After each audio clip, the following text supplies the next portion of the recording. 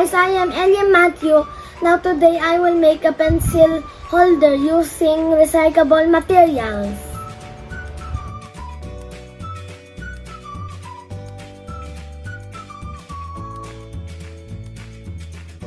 Hello guys, ito ang kailangan natin para gumawa ng pencil case holder. 4 na tissue rolls, glue, scissors, paintbrush, marker, at acrylic paint or watercolor. Ito pa ang kailangan natin ng mga materials.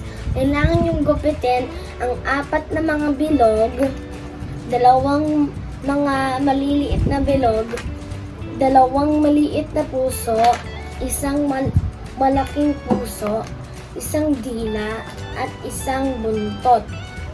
Ngayon, gagawin na natin ang pencil case holder. Simulan na po natin pagpipaint ang mga tissue rolls. Kukulayin po natin ito color brown.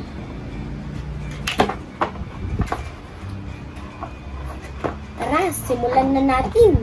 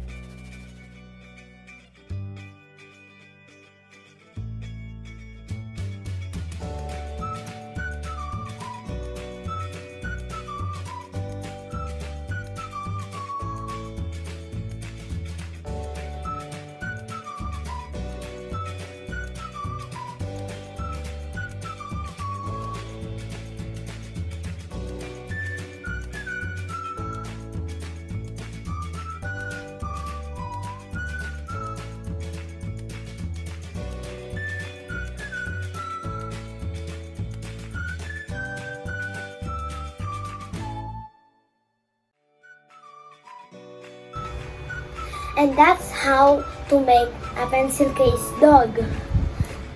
Hi guys, tapos na. Ginawa ko to gamit ang color paper at watercolor. At saka gumawa pa ako ng isa. Yung isa, gawa sa watercolor. Ito ang 2 pencil case na ginawa ko. Ito po, ginawa ko sa online class. Ito po, ginawa ko ngayon.